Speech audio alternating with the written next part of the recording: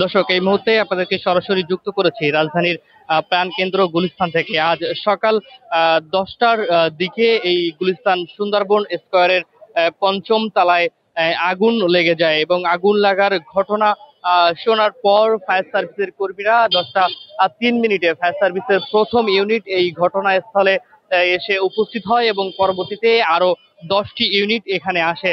সর্বমোট 11টি ইউনিট 1 ঘন্টারও বেশ কিছু সময় ধরে তারা এখানে আগুন নিয়ন্ত্রণে আনার চেষ্টা করে এবং সবশেষ তারা আগুনটি নিয়ন্ত্রণে আনতে সফল হয়। দর্শক, আপনারা দেখছেন এখানে যারা ব্যবসায়ী রয়েছেন ও উৎসুক জনতা রয়েছেন তারা কিন্তু সুন্দরবন স্কয়ারের যে গেটটি রয়েছেন এই গেটটির সামনে এসে ভিড় করছে। তারা ভিতরে প্রবেশের চেষ্টা করছে, কিন্তু এখানে পুলিশ সদস্যরাও রয়েছেন, বিজিবি সদস্যরাও রয়েছেন। তারা এই মুহূর্তে কাউকে ভিতরে প্রবেশ করতে দিচ্ছেন না। তারা বলছেন ভিতরে প্রবেশ করলে এখনো যে আগুন নির্বাপনের জন্য যে অভিযান চালানোর পরে ফায়ার সার্ভিসের পরবর্তী যে কাজগুলো থাকে সেই কাজগুলো এখনো পর্যন্ত চলমান, যার কারণে এখনো পর্যন্ত কিন্তু কাউকে ভিতরে প্রবেশ করতে দেওয়া হচ্ছে না।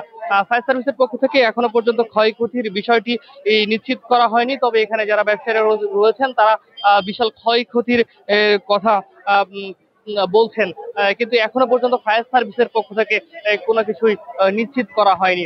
এখানে পুলিশ সদস্যদের পাশাপাশি আমরা দেখেছি সেনাবাহিনী ও বিজিবির সদস্যরাও মোতায়েন রয়েছেন এবং ফায়ার সার্ভিস কর্মীরা তারা মোট 11টি ইউনিট নিয়ে এই আগুনটি নিয়ন্ত্রণে এনেছেন। যেহেতু এখান থেকে ফায়ার সার্ভিসের যে অফিস সেটা খুবই কাছাকাছি হয়, খুব দ্রুত ফায়ার সার্ভিস এখানে এসে উপস্থিত হয়েছিল এবং 1 ঘন্টার মধ্যে আগুন নিয়ন্ত্রণে আনতে পেরেছে। পঞ্চম তলায় আগুন লাগার ঘটনায় এই সুন্দরবন স্কয়ারের অন্যান্য যে ফ্লোর গুলো রয়েছে সেই ফ্লোরের যারা ব্যবসায়ী রয়েছে তাদের মধ্যে কিন্তু অস্থিরতা ছড়িয়ে পড়ে। পুলিশ এবং সেনাবাহিনী মাইকিং করে সবাইকে নিচে আসার আহ্বান জানায়, যাতে করে ফায়ার সার্ভিস ঠিক মতো আগুন নিয়ন্ত্রণের কাজটি করতে পারে। সবাই নিচে নেমে এসেছিল। আমরা এখনো দেখছি এখানে যারা ব্যবসায়ী রয়েছেন তারা কিন্তু ভিড় করছেন, তারা ভিতরে প্রবেশ করতে চাইছেন, কিন্তু যারা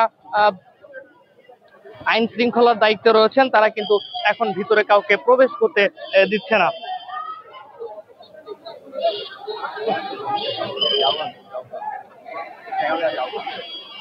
দর্শক, এই ছিল আমার কাছে গুলিস্তান সুন্দরবন মার্কেট থেকে সবশেষ পরিস্থিতি। পরবর্তীতে আবারও আপনাদেরকে যুক্ত করবো, ততক্ষণ আমাদের সাথে থাকবেন। ধন্যবাদ সবাইকে।